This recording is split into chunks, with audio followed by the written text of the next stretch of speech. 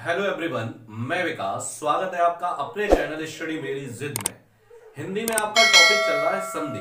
पहले वीडियो में हमने देखा कि संधि कहते किसे है और ये कितने प्रकार की होती है, और उसमें हमने स्वर संधियों के बारे में जाना था कि स्वर संधियां कितने प्रकार की होती हैं और कहते किसे हैं, जिसमें हमने दीर्घ स्वर संधि, गुण स्वर संधि और वृद्धि स्वर संधि के बारे में जाना था। आज हम आगे जो आपकी बची हुई है दो संधियां, एड़ स्वर संधि और अयादि स्वर संधि के बारे में जानेंगे। चलिए शुरुआत करते हैं।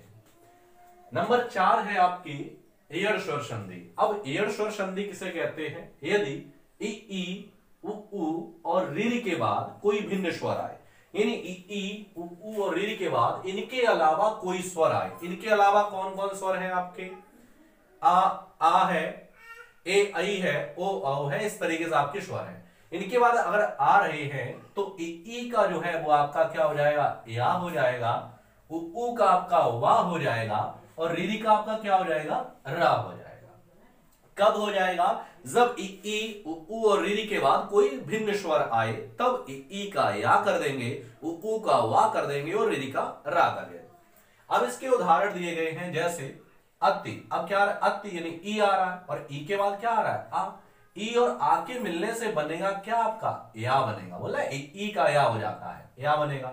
अब यहां से जब आपकी मात्रा हटेगी ई की, तो यहां पे बचा आधा ता और यहां से आ हट जाएगा, वही बचेगा धिक। क्या बचेगा? धिक। अब यहां पे जो इनके बीच में जो बना है या, तो यहां पे या आ जाएगा, तो ये आ जाएगा अत्यधिक। अति धन अधिक, अत्यधिक। इसी प्रकार सु यानी उ आ रहा है और उ के बाद क्या आ रहा है? आ। उ और आ के मिलने से बनेगा क्या आपका? वा। तो यहां पे क्या हो जाएगा? स्वच्छ। सुधन अच्छ यानी स्वच्छ, ये सही हो जाएगा। इसी प्रकार पितृधन आज्ञा, तो क्या हो जाएगा आपका? पित्राज्ञा हो जाएगा। मातृधन आज्ञा, तो क्या हो जाएगा आपका? मात्राज्ञा हो जाएगा। इसमें आपका ऋ आ रहा है। नियम नंबर 5 है आपका स्वर संधियों में, और लास्ट नियम है आपका कि अयादि स्वर संधि, यदि ए आई ओ औ के बाद कोई भिन्न स्वर आए, यानी ए आई ओ औ के बाद कोई भिन्न स्वर आए, तो ए का अय, आई का आय, ओ का अब और औ का आब हो जाता है, ये बदल जाता है। अब इसके उदाहरण देखते हैं। उदाहरण है आपके ने, यानी क्या आ रहा है? ए के बाद क्या आ रहा है? आ। अन। तो ए और आ के मिलने से बनेगा क्या आपका? अय। तो यहां से ए की मात्रा हट जाएगी, यहां से आ हट जाएगा, दोनों मिलकर बनाएंगे क्या? अय। तो क्या हो जाएगा? आधा ना बचा तो ना पे ही चढ़ जाएगा, ना पूरा बन जाएगा नयन। तो ने धन अन, तो क्या हो जाएगा आपका? नयन हो जाएगा। इसी प्रकार आपका पो में आपका आ रहा है ओ, और ओ के बाद क्या आ रहा है? आ, और ओ और आ के मिलने से आपका बना क्या? अब। तो क्या हो गया? पोधन अन, तो क्या हो जाएगा आपका? पवन। इसी प्रकार पौधन यानी ओ आ रहा है और ओ के बाद क्या आ रहा है? आ, और आ के मिलने से बनेगा क्या आपका? आ, तो क्या हो जाएगा? पावक। पौधन अक, तो क्या हो जाता है? पावक। मोस्ट है आपके लिए ये अयादि स्वर संधि, ठीक है। अब इसमें आपकी जो एड़ स्वर संधि है, इसमें एक ट्रिक होती है। ट्रिक क्या है आपकी?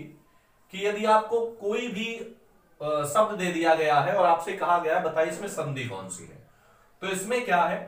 यदि आधा अक्षर आए, आधा अक्षर आए और आधे अक्षर के बाद या अथवा वाह हो, आधे अक्षर के बाद क्या हो? या हो अथवा वाह हो, तो वहां पे आपकी संधि कौन सी हो जाएगी? एड़ स्वर संधि हो जाएगी। अयादि स्वर संधि में क्या होता है आपका? 3 अक्षर आते हैं। कितने अक्षर आते हैं?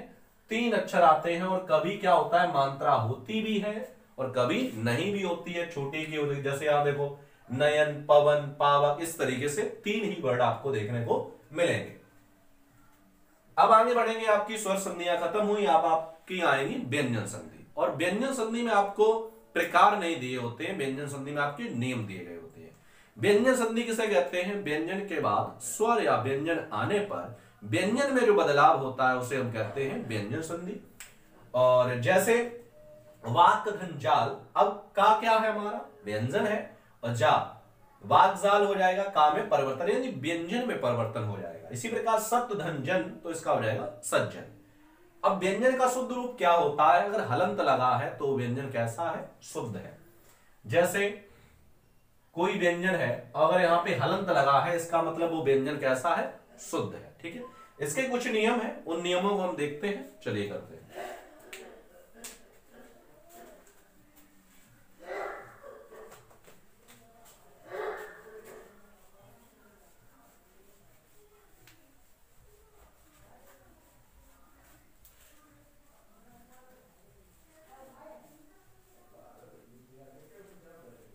चलिए, व्यंजन संधियों में कुछ नियम दिए गए हैं, उन नियमों को हम देखेंगे कि कौन कौन से वो नियम है। ठीक, पहला आपका नियम है कि वर्ग के पहले वर्ड का तीसरे वर्ड में परिवर्तन, यानी किसी भी वर्ग का पहला वर्ड जो होगा वो अपने ही वर्ग के तीसरे वर्ड में परिवर्तित हो जाएगा। कब होगा? यानी किसी वर्ग के पहले वर्ड का मेल किसी स्वर अथवा किसी वर्ग के तीसरे, चौथे अथवा अंतस्थ व्यंजन का मतलब होता है या, रा, ला, वा व्यंजन से होने पर वर्ग का जो पहला अक्षर है अपने ही वर्ग के तीसरे वर्ग में परिवर्तित हो जाएगा। यानी का वर्ग, च वर्ग, ट वर्ग, त वर्ग, पा वर्ग, ये आपके 5 वर्ग होते हैं और इन वर्ग का पहला अक्षर, का वर्ग का पहला अक्षर का है और का अपने ही वर्ग के तीसरे, यानी का जो है गा में बदल जाएगा, चा आपका जा में बदल जाएगा, टा आपका डा में बदल जाएगा, ता आपका दा में बदल जाएगा और पा आपका बा में परिवर्तित हो जाएगा। ये कब हो जाएगा? ये तब होगा जब किसी वर्ग का पहला वर्ड अपने ही वर्ग के तो स्वर से हो या फिर तीसरे वर्ड से हो या चौथे वर्ड से हो या फिर अंतस्थ व्यंजन से हो तब। जैसे दिक, धन, गज, अब का वर्ग का पहला अक्षर का आ रहा और का के बाद क्या आ रहा है? गा। तो ये का है अपने ही वर्ग के तीसरे, यानी का किसमें बदल जाएगा? गा में। तो आधा का है तो आधा ही गा बनेगा, तो क्या हो जाएगा? दिग्गज।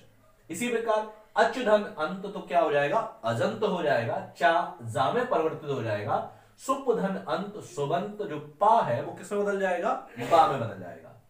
अच, धन, आदि, आजादी, चा जो है आपका किसमें परिवर्तित हो जाएगा? जा में, तो हो जाएगा आजादी। नंबर दूसरा है कि वर्ग के पहले वर्ड का 5वें वर्ड में परिवर्तन। अभी क्या था? वर्ग का पहला अक्षर अपने ही वर्ग के तीसरे वर्ड में बदल रहा था। अब क्या होगा? वर्ग का पहला अक्षर है जो वो आपके 5वें वर्ड में परिवर्तित हो जाएगा। और ये कब होगा देखते हैं।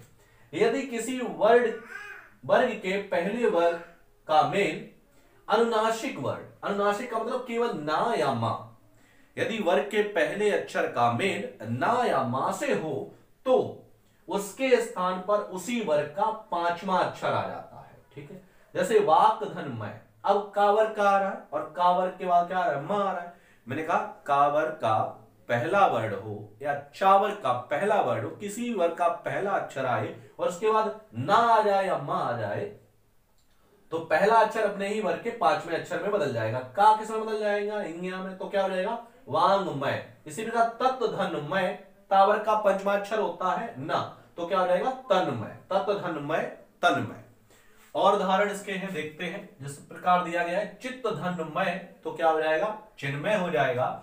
जगत, धन, नाथ, तो क्या हो जाएगा आपका? जगन्नाथ। ता किसमें परिवर्तित हो जाएगा? ना में। नियम नंबर आपका तीसरा दिया गया है कि छा संबंधी नियम। अब छा संबंधी नियम क्या होता है? किसी भी ह्रस्व स्वर या आ का मेल छा से होने पर छा से पहले क्या जोड़ देंगे? चा जोड़ देंगे।